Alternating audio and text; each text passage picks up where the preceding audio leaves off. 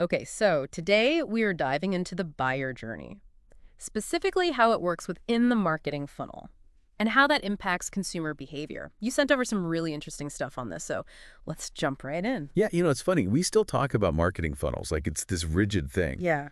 But the material you sent over, it points out how different that image is from how customers actually behave. Yeah, it's true. It's way more all over the place than a funnel, more like a bounce house than a straight line. Exactly. And this isn't just some theory. Right. Think about yourself, the Mm. last time you were shopping for something, or even just browsing online. Did you follow some careful step-by-step process? Definitely not. I'm very much an impulse buyer, but I see what you mean. I think what makes this tricky for businesses is there are just so many touch points now. Like I could hear about a product from a friend, then see an ad for it online, then read a review on some blog. It gets overwhelming really fast. And that's exactly why understanding the buyer journey matters now more than ever. It's not enough to just be at those touch points. You need to be memorable. And not just memorable, but helpful. So how do we do that? How do we cut through all that noise and create those moments that turn browsers into loyal customers? Well, one of the most powerful things you can do, and your material touches on this, is mapping the customer journey. Okay, mapping the journey. Sounds like we need a compass and a lot of snacks for that, but what does that actually look like? It's simpler than it sounds. Forget the funnel image for a second, and imagine you're kind of like a detective. You're Um, trying to understand every step a customer takes, from that first spark of awareness to becoming a brand advocate. What questions are they asking at each stage? What information are they looking for? What's making them hesitate? So we're putting together a puzzle, but it's a puzzle of a process, not a static picture. Exactly. And just like with a puzzle, it helps to start with the edges, with a clear framework. Okay. Your material actually suggests two distinct groups to focus on. Okay, tell me more. The first group are those who know they have a problem, Hmm, but they haven't connected your solution to it yet. And then the second group, they're ready to buy. They know they have the problem, and they're looking for that solution now. that makes sense. Those are two totally different mindsets. Exactly. And how you approach them will be completely different. For that first group, it's all about education and visibility. You need to help them understand their problem better and how your brand provides a solution. So for example, let's say you're a small business owner, like that bakery we always talk about. I do love a good bakery analogy. Okay, so our baker, Okay. they want to attract new customers. Yeah. People who maybe don't even realize they want a cupcake today. That's where understanding those initial touch points is so important, right? Absolutely. Are they searching for bakeries online? Are they on Instagram drooling over dessert photos? Are they walking by your shop on their lunch break? Each of those needs a different approach. Right. So you'd want to optimize your website for local searches, make sure your social media is full of amazing pictures, maybe even do something eye-catching in the shop window. Basically meet those potential customers where they are. You got it. And that's just the first step. Hmm. Once you've got their attention, you have to keep them engaged Hmm. and guide them towards that purchase.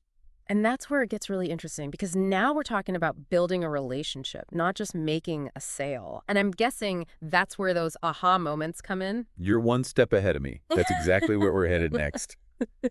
So we're talking about aha moments. And I gotta say, this part always seems a little like magic to me. How do we orchestrate that? Where a customer goes from, cupcakes are cool, to, I need a red velvet cupcake with cream cheese frosting right now. Well, you're right. It does feel magical when it works. But the material emphasizes it's not really about magic. It's about understanding the psychology behind it. For that first group we talked about, the ones who aren't even sure they need you yet, the aha is often a light bulb moment. Like, wait a minute, this solves that annoying problem I've been having. Exactly. Maybe they read a blog post you wrote Mhm. about the difference between cake flour and all-purpose flour, and suddenly they realize that's why their home baking attempts have been failing. Or maybe they see a post on social media about how you cater to specific dietary needs, and it clicks. They can finally order a birthday cake their gluten-sensitive friends can actually enjoy. Okay, so that's different from the aha moment. For those ready-to-buy customers, they already know they want a cupcake, so it's more about... Nudging them over the finish line. Yeah, I like that. For this group, trust is key. They're interested, but they need that extra reassurance to feel good about choosing you. So this is where things like testimonials come in, or case studies, maybe even money-back guarantees. Absolutely.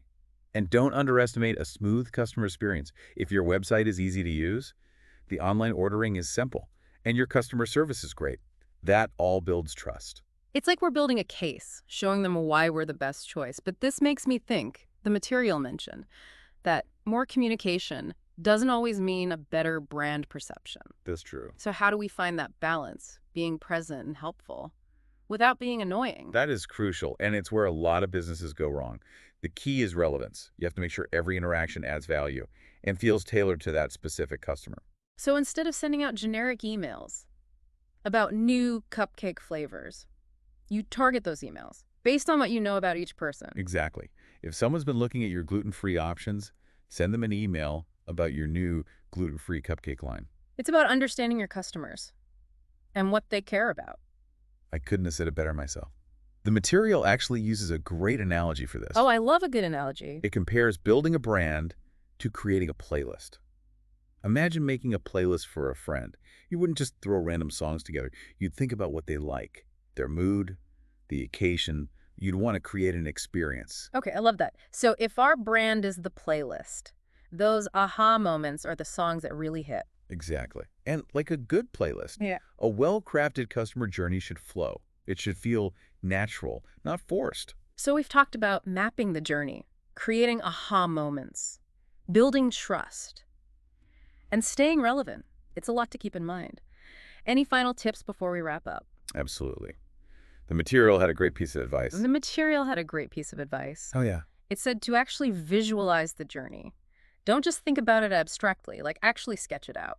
Interesting. Grab some sticky notes or use a whiteboard, whatever works. I love that. It doesn't have to be fancy. Just a visual of those key touch points, those aha moments, and how they all connect. Right. It's easy to get overwhelmed by this whole concept. Yeah. But if you break it down, you can start to see those patterns. Exactly. And that visual map you make, it's not a one-time thing. It's a living document. You're constantly refining it based on data, feedback, all of that. So it's more like a starting point than trying to create this perfect map on the first try. Right. It's about having a tool Yeah.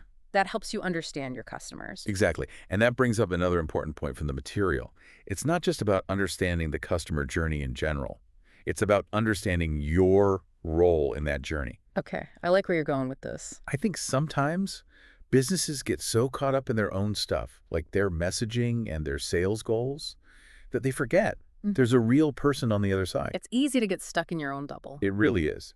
But that person, they have their own needs, their own motivations, their own way of experiencing the world. Right. So as a business owner, as a marketer, your job is to figure out how you can authentically fit into their world. It's not about forcing your way in. It's about earning a place by providing value, building that trust, and creating those positive experiences that people actually want to tell their friends about. You nailed it. That's what makes this whole thing so interesting. It's not just about selling more stuff.